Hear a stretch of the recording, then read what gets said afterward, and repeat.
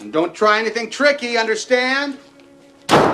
You remember the feeling, back when romance films were events, when you and your girlfriends circled dates on calendars, picked up tissues on the way to the theater, and believed movies were allowed to be soft, gentle, hopeful. Sleepless in Seattle came from that era. The lights dimmed, the skyline glowed, and Tom Hanks looked out over the city as a widower trying to breathe again. You felt that ache, that longing, that quiet bravery. What most people didn't know is how much real vulnerability lived behind it. Nora Ephron was still navigating her mother's loss. Meg Ryan was carrying her own quiet pain, and Tom Hanks was navigating the grief of losing his dear friend John Candy. The softness you felt on screen wasn't manufactured. It came from real people honoring real feelings. If you still tear up when Sam says, "I'm gonna get out of bed every morning," you're not silly, you're responding to truth. Here are 20 documented emotional facts about Sleepless in Seattle.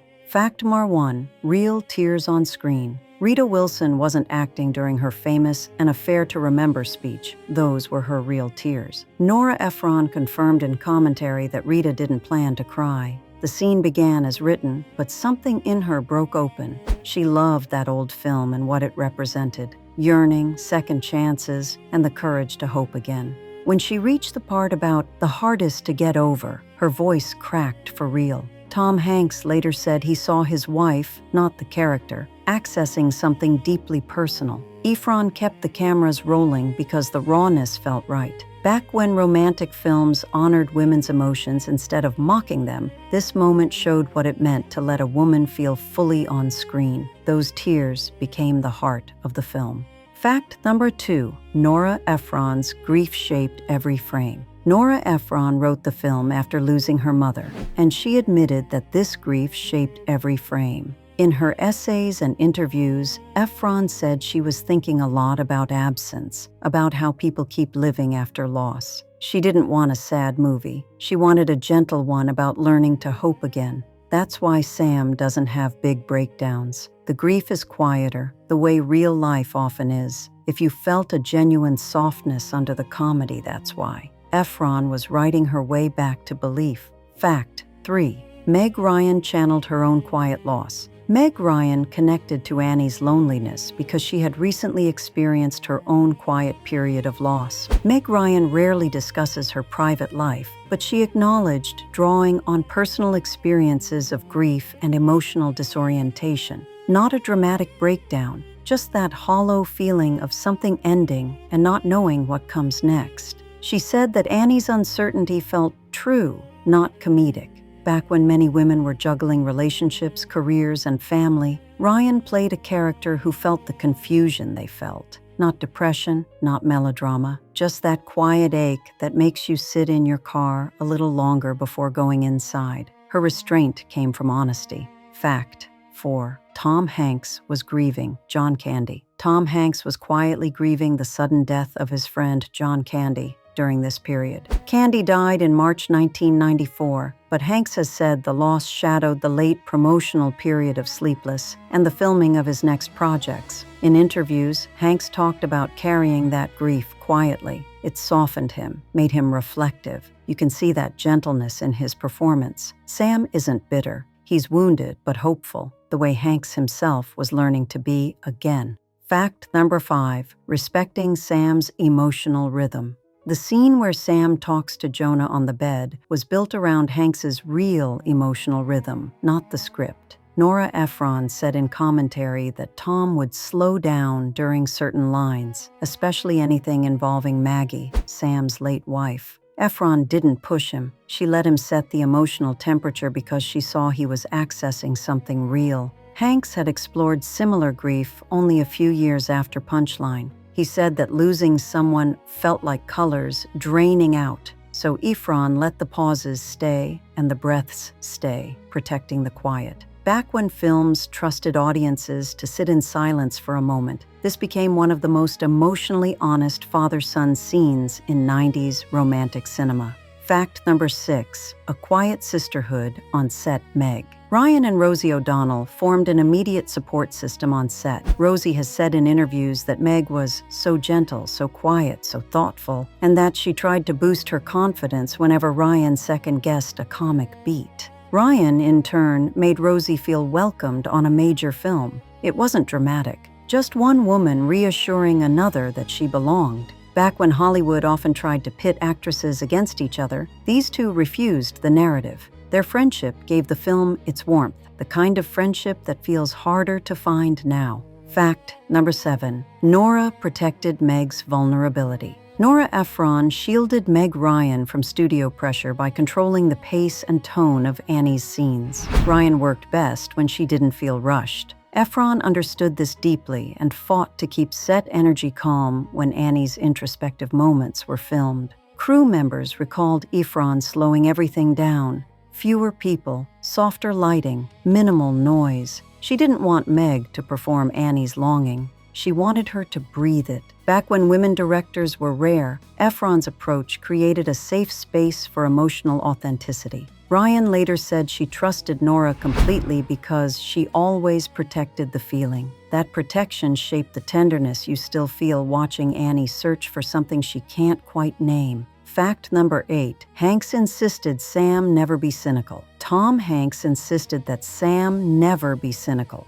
He believed widowers deserved gentler representation. In interviews, Hanks explained that Hollywood often turns widower characters into punchlines or emotionally numb shells. He wanted Sam to love Maggie fully, grieve her fully, and still be capable of loving again without guilt. This choice changed the entire film's tone. It turned Sam into a character women recognized from their own lives, men who felt deeply but quietly, men who held families together while hiding their own pain. Back when many women watching the movie were navigating marriages, divorces, or widowhood themselves, Hanks's portrayal offered something rare: respect. Fact number 9. Sharing mother-daughter stories. Rita Wilson, Meg Ryan, and Nora Ephron spent downtime exchanging stories about their mothers. Multiple interviews confirm this. All three had complex emotional histories with their mothers, and Ephron had lost hers. Those conversations created a sense of intimacy between them. If the film feels like it understands mother-daughter longing, it's because the women making it understood it in their real lives. Fact for 10. Tom Hanks protected his child co-star. The boy who played Jonah, Ross Malinger, said Tom Hanks helped him through emotional scenes by grounding him, not directing him. Malinger described Hanks as calm and patient, especially during scenes where Jonah misses his mother. Hanks didn't tell him how to feel. He sat with him, made sure he understood the moment, and gave him space. That's protective male behavior, but gentle. The kind this audience remembers from men who genuinely cared. Back when child actors were often pushed too hard, Hanks did the opposite. He shielded Malinger from stress so his emotions could be real but safe. You can feel that safety in every father-son moment. Fact 11. Hanks's quiet grief by the Water Seattle's crew noticed Hanks would sometimes go quiet before scenes about Maggie, a quiet grief that Ephron respected. In behind-the-scenes accounts, local crew members recalled Hanks stepping aside, walking near the water, or sitting alone for a few minutes before scenes about Sam's late wife. He wasn't performing. He was preparing to deliver something truthful. Ephron instructed everyone not to interrupt him during those moments. This was a man trying to connect with the emotional center of a character who'd lost the love of his life. Back when movie sets weren't always sensitive to emotional processes, this respect mattered. Ephron let Hanks protect the authenticity of Sam's feelings, and cast crew protected Hanks in return by giving him privacy. If you ever felt something unusually real when Sam looks at the water, it's because the moment was real, shaped by a grief Hanks carried gently and quietly. Fact 12. Annie's journey was about inner listening. Meg Ryan has said Annie's cross-country longing resonated with her because she understood the feeling of wanting something you can't explain. She said in multiple interviews that Annie's journey isn't fundamentally about a man. It's about a woman listening to a voice inside her that doesn't make rational sense, a voice women are often taught to ignore.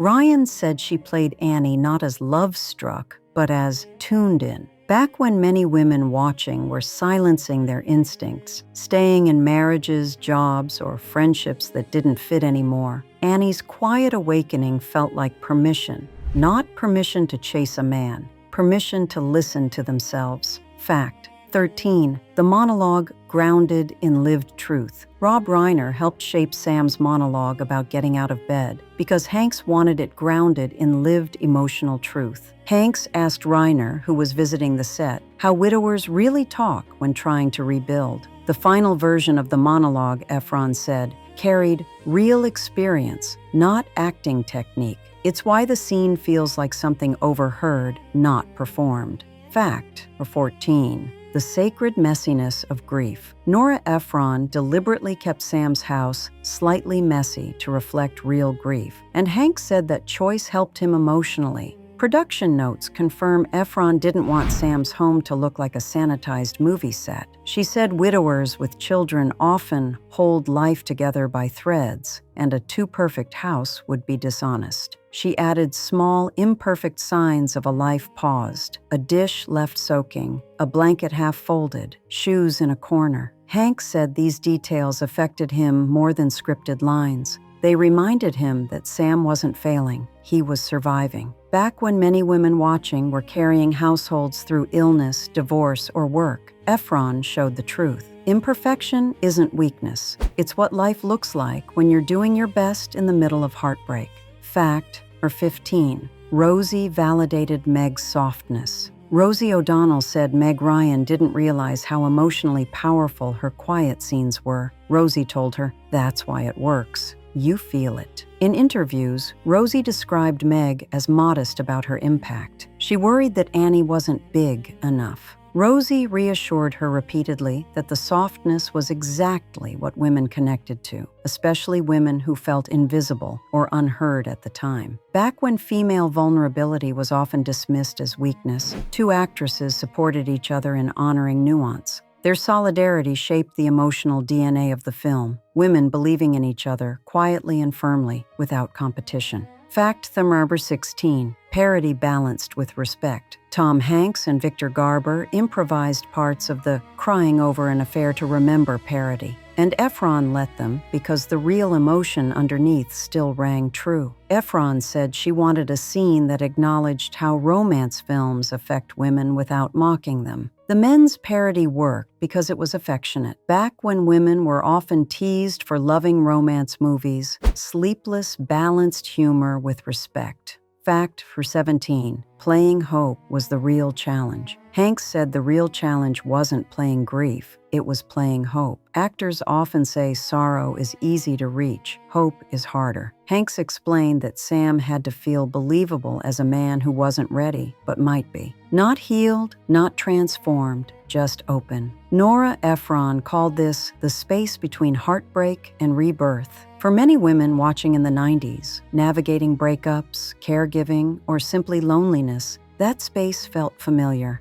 The hope wasn't loud, it wasn't cinematic, it was quiet, like real life. Fact. 18. Walter had to be kind. Ephron cast Bill Pullman as Walter because she wanted Annie's fiancé to be kind, not disposable. Pullman has said Ephron insisted Walter couldn't be the bad guy. She believed women deserved a story where choosing one man didn't require demonizing another. Walter is decent, sweet, and thoughtful. Annie's choice isn't about escaping harm, it's about waking up. Back when Hollywood often portrayed fiancés as villains to justify romantic leaps, Ephron refused. She respected women too much to create false conflict. This decision made the film emotionally richer. The story wasn't about rejecting goodness. It was about listening to inner truth. Fact. 19. Annie stepping into her own heart. The final Empire State Building scene was filmed slowly and gently because Ephron wanted Meg Ryan to arrive as if stepping into her own heart. Crew remember that Ephron reduced noise, dimmed peripheral lights, and let Meg walk the length of the set in near silence before cameras rolled. She wanted Annie's arrival to feel sacred. Meg later said the moment felt surreal, like holding your breath. back when romance movies allowed women to have emotional epiphanies without irony. This scene honored longing as something beautiful, not foolish. Fact Thatcher 20, a story about carrying pain with grace. Nora Ephron said the film endures because it's about people carrying their pain with grace, not about falling in love. In multiple interviews, Ephron insisted the movie wasn't really a love story. It was a story about loneliness, the kind women and men carry quietly, the kind that isn't dramatic but is deeply human. Sam is grieving, Annie is unsettled, Jonah is searching. Everyone is looking for connection. Ephron believed that midlife longing deserved cinematic respect. Back when many women were holding families together, losing parents, or wondering what they wanted next, Sleepless spoke to the quiet ache beneath daily life. That's why it still resonates, not just because Sam and Annie meet, but because the film reminds you that your own longing, your own grief, your own hope, they all matter. They made this film gently. Nora writing through her grief, Meg carrying her own quiet losses, Tom finding steadiness after losing a friend, women supporting each other, men showing respect. The set was built not on drama, but on tenderness. Back when theaters were places where strangers cried together, Sleepless in Seattle gave women permission to feel, without apology, without irony, without judgment. It honored longing. It honored grief. It honored hope. If you still tear up when Sam talks about getting out of bed every morning, or hold your breath when Annie steps onto the Empire State Building Observatory, you're not being sentimental. You're responding to the truth the creators put into it. Truth shaped by real human experiences, real loss, real friendships, and real tenderness behind the scenes. You're not alone in loving this film. Millions of women feel it the way you do, and the people who made it felt it too.